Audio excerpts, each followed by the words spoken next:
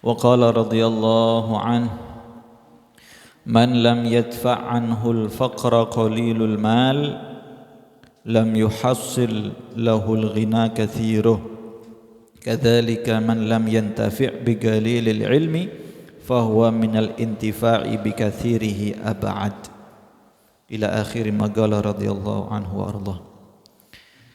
Dikatakan oleh beliau Al-Imam Al-Habib Abdullah bin Alawi bin Muhammad Al-Haddad, siapa orang yang tidak mencukupi darinya sedikitnya harta, maka ketika dia mendapatkan banyak harta menjadi orang yang kaya, banyak duit, sama, dia akan tidak cukup.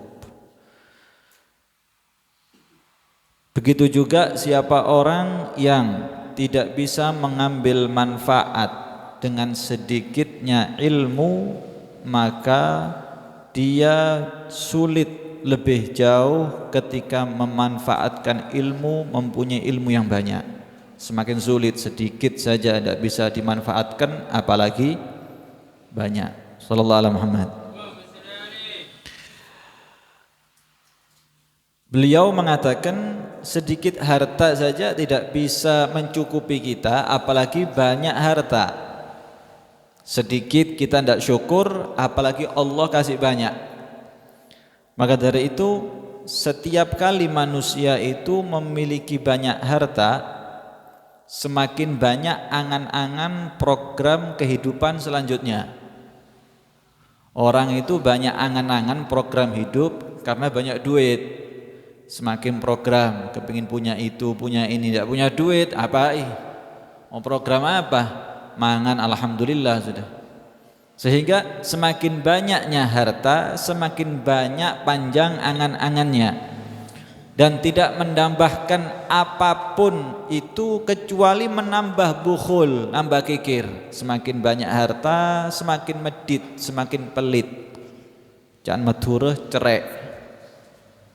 Bahkan hirsan ila ghairihi, semakin tamak, semakin ambisi dan semakin ambisi.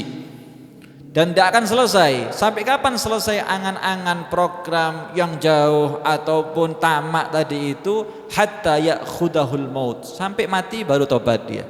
Sampai mati baru puas dia. Dan ketika masuk di alam kubur dalam keadaan sendirian, harta yang dia kumpulkan jerih payah di dunia ternyata ditinggal. Puluhan juta masuk kubur, ditinggal emas, ditinggal rumah, ditinggal semuanya ditinggal. Karena sebab apa? Ambisi banyak ngumpulkan dunia. Berharap mau ibadah, kalau nunggu hartanya banyak, sulit ini orang. Sulit, tidak bakal ibadah. Allah sudah mengingatkan kepada kita, alhaakumut takatsur hatta zurtumul maqabir. Yang membuat lupa kita ini at-takatsur, kepingin banyak harta. Bukan gara-gara banyaknya harta, apalagi banyaknya harta, kepingin ambisi banyak harta membuat kita lupa. Lupa masjid, lupa majlis, lupa zikir, lupa ibadah. Kalau sudah lupa, sampai kapan? Hatta zurtumul maqabir. Lupanya ini awet, tidak selesai-selesai. Sampai kapan? Sampai silaturahmi ke kuburan, ziarah kuburan, dipendam di kubur, baru sadar, ya Allah, asep. Selesai. Nabi Muhammad sallallahu alaihi wa ala alihi wasallam menerangkan bagaimana manusia ini tidak akan selesai untuk mengumpulkan dunia. Beliau mengatakan, laukana libni Adam wadiyan min malin. Seandainya manusia, anak Adam ini mempunyai 2 lembah, semuanya isi harta, emas-emasan, perak, permata, duit, bahkan real, dolar, 2 lembah. Labtagha tsalitsan. Kalau dikasih satu lagi, mau. Bahkan kalau tidak dikasih, cari dia yang ketiga. Wala yamla'u jawfa bani Adam illa turab. Tidak akan merasa puas, penuh, kenyang perutnya manusia ini kecuali nanti kalau sudah diisi turab, debunya kuburan, baru selesai sudah. Wa yatubullahu ala man tab. Tidak bakal orang bisa mengerti tobat kembali kepada Allah kecuali orang-orang mau betul-betul kembali kepada Allah Subhanahu wa ta'ala. Sallallahu alaihi Muhammad. Perut kita ini ukurannya cilik Pak, kecil, sak kilan mungkin, tapi subhanallah duit sak gunung kurang Pak, kecil, babatnya kita ini cilik, tapi subhanallah padahal cuma satu piring cukup, apalagi yang sudah 50 ke atas ini sudah separuh piring kadang-kadang. Tapi untuk sing ngene-ngene iki, bismillah. Kecil, sapiring 2 piring cukup, tapi subhanallah di kulkas full enggak, tetap kita kepin penuhi. Enggak akan menuhi daripada perutnya manusia. Sallallahu alaihi Muhammad. Sehingga dikatakan harusnya manusia ini merasakan bagaimana nikmat yang diberikan oleh Allah Subhanahu wa taala dan menerima apa yang diberikan oleh Allah Subhanahu wa taala. Jangan hinakan, kok cuman segini ya? Kok cuman 1 juta, kok cuman tempe, kok cuman Supra, kok ndak Nmax, kok R3, kok ndak Alphard seumpama. Kok ini, kok itu. Jangan dihinakan. Ini nikmat pemberian dari Allah Subhanahu wa taala. Bagaimana? Syukur. Alhamdulillah. Kalau syukur bukan cukup dengan ucapan alhamdulillah. Kalau alhamdulillah ndak nunggu kita, semua orang bisa alhamdulillah. Bagaimana syukurnya? Harus mengeluarkan apa yang kita dapat nikmat dari Allah di tempat-tempat ridhonya Allah. Di tempat mana ridhonya zat yang memberi rizki, yaitu Allah Subhanahu wa ta'ala. Kalau bisa seperti itu, ini akan menjadi sebab tetapnya itu harta, bahkan tambahnya itu harta, barokah itu harta. Allah sudah mengatakan la in syakartum lazidannakum. Kalau betul-betul Anda ini syakartum, syukur bukan alhamdulillah meletakkan harta pada tempatnya yang diridhoi oleh Allah, la azidannakum. Kalau kita ini belajar bab nahwu ada taukid di situ. Artinya Allah pastikan, pasti sungguh-sungguh aku akan tambahkan rizki yang aku kasih. Allah kasih berkah, Allah tambah, Allah tetapkan harta. Bahkan bukan hanya untuk kita, anak turun kita dicukupi oleh Allah Subhanahu wa taala. Sehingga inilah orang yang sukses di dunia wal akhirah, orang yang sukses di dunia sampai akhirat. Hadirin rahimakumullah. Bagaimana Nabi itu menggambarkan manusia ini jangan terlalu bingung urusan seperti ini. Nabi ini memberi gambaran supaya hati kita tenang. Beliau mengatakan man asbaha aminan fi sirbi. Siapa orang yang bangun di pagi hari aman, tidak ada perang, keluarganya aman, tidak diculik, tidak ada bom, aman di dalam keluarganya, di dalam dirinya, mu'afan fi jazfi badani. Ternyata ngelihat badannya sehat, alhamdulillah, tidak sakit, tidak ngamar, alhamdulillah. Indahu qutu yaumih, untuk makan di hari itu cukup, meskipun mungkin terong, meskipun tempe, geprek seumpama ataupun lontong, tapi cukup untuk makan 1 hari di waktu itu. Faka'annama hizat lahud dunya bihadzafiriha. Ini orang sebenarnya sudah mendapatkan dunia seisinya sudah. Bangun tidur, bayangkan bangun tidur aman, sehat, buat makan ada. Mau cari apa lagi?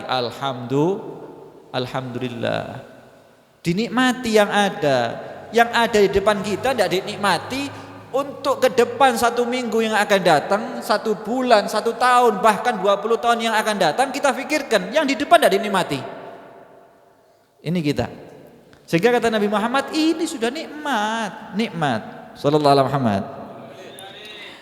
Nah, mungkin kita dirubah oleh Allah Subhanahu wa taala, bisa menerima apa yang diberikan oleh Allah Subhanahu wa taala. Nah, kemudian kata Imam Al-Haddad, siapa orang yang tidak bisa mengambil manfaat dari sedikitnya ilmu, apalagi banyak. Ilmu ini segala-galanya, akan tapi mengamalkan ilmu lebih daripada segala-galanya. Hati-hati. Sedikitnya daripada ilmu kalau kita tidak bisa memanfaatkan, bayangkan bagaimana kalau banyak ilmu yang kita punya. Kayak tadi, harta kita sedikit, mau sedekah sulit. Kita kalau sedikit ini mau sedekah enteng, punya uang 100.000, mengeluarkan 2.000, mengeluarkan 20, enteng. Kalau kita punya uang 100, mengeluarkan 20, berapa persen berarti? Hah? 20% ya? 5%. Kita mengeluarkan 5%, kok 5% sih? 20%. 20%. Iya wes iku wes. Anggap 50 sudah.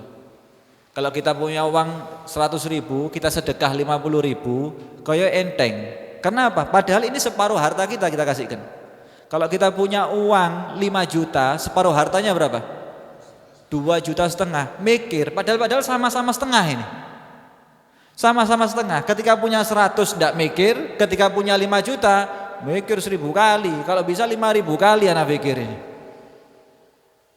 Sama ilmu itu kalau sedikit kita tidak bisa memanfaatkan, tidak bisa mengamalkan. Wakif kalau ilmunya banyak, tambah sulit lagi. Kata Nabi Muhammad SAW, man izdada ilman walam yazdad fid dunya zuhdan lam yazdad minallahi illa bu'da. Barang siapa yang tambah ilmunya akan tapi tidak tambah dari dia di atas dunia ini zuhud terhadap dunia, lam yazdad minallahi illa bu'da. Tidak tambah sekalipun dia di hadapan Allah kecuali tambah jauh dari Allah Subhanahu wa ta'ala. Sehingga ilmu yang dia punya semakin hujjah lak, semakin bukti ancaman dia di yaumil qiyamah, menjerumuskan dia di hadapan Allah Subhanahu wa ta'ala. Ilmu itu baik, tapi belum tentu menyelamatkan kita dunia sampai akhirat. Iblis itu alim dulu sebelum Allah ciptakan Nabi Adam. Iblis alim, karena alimnya melanggar aturan Allah Subhanahu wa ta'ala. Sehingga hati-hati.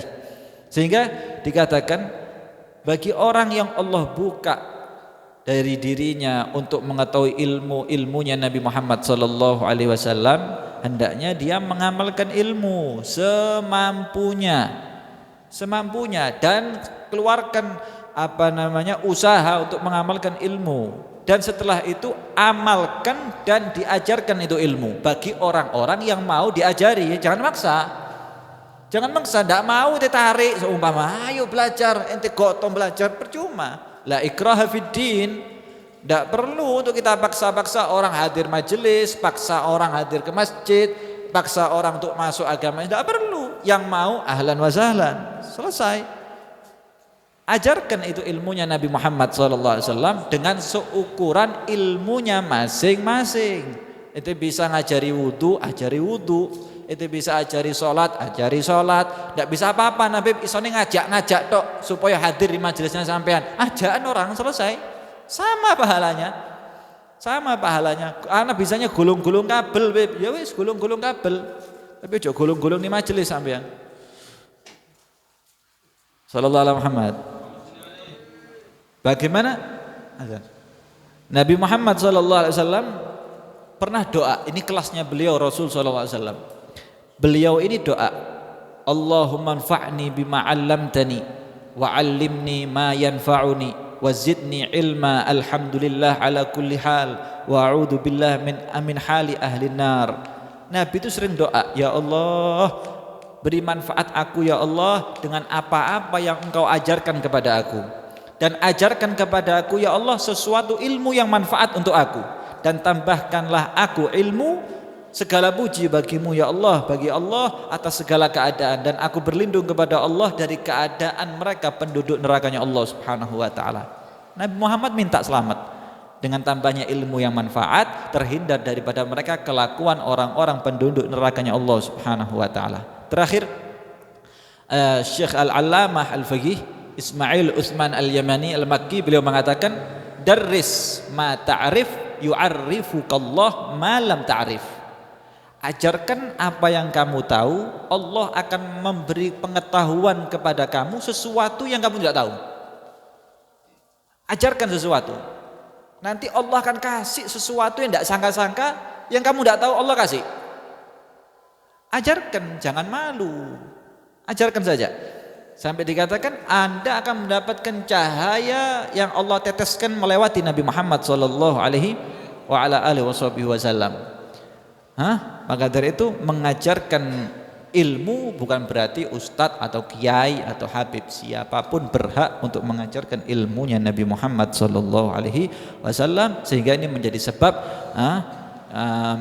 sebab kita akan diberi ilmu, wawasan, pengetahuan yang di luar jangkauan kita semuanya, sebab kita mengajarkan ilmunya Nabi Muhammad sallallahu alaihi wasallam insyaallah.